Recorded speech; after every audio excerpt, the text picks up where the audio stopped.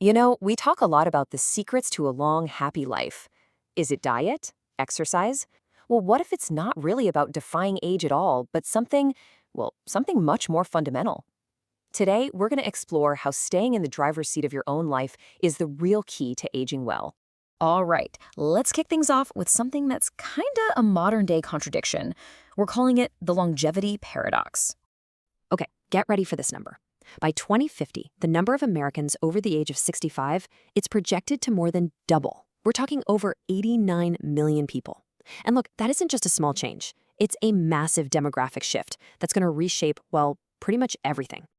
So, yeah, thanks to all these amazing advances in medicine, we're living longer than ever before.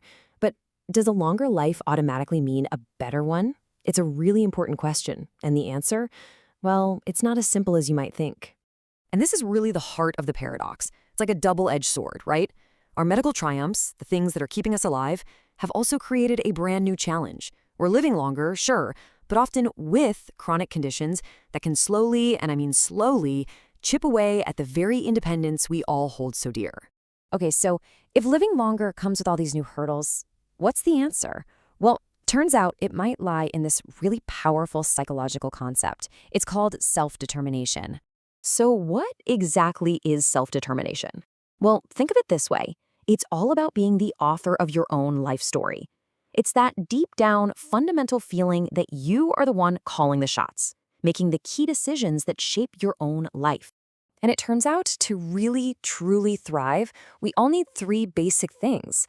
First, there's autonomy. That's the need to feel like you have a choice. Then competence, the feeling that you're good at what you do, that you're effective. And finally, relatedness. That's our deep human need for connection. These three things, they're basically the pillars of a fulfilling life.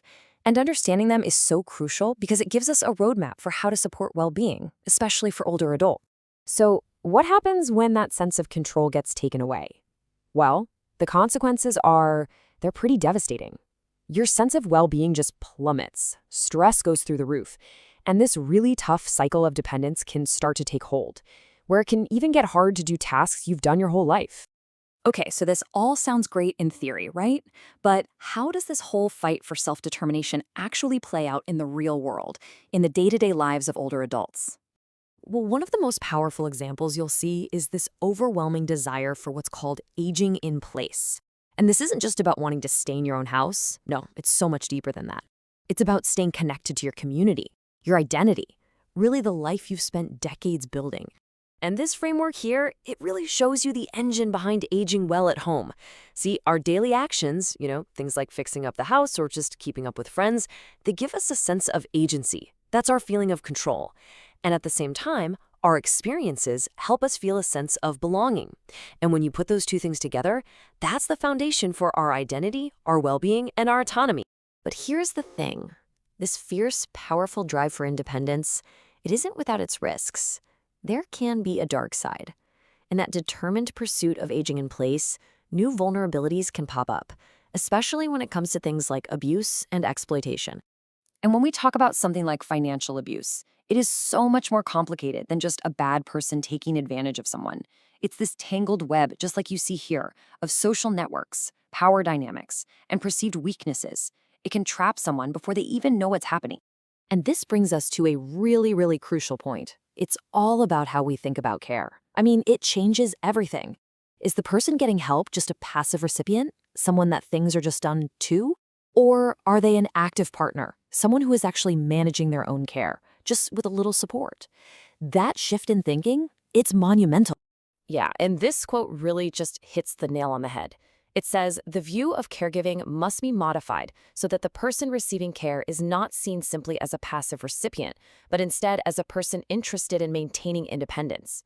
It really challenges us to see that getting help shouldn't mean giving up your independence. It should actually empower it. So where do we go from here?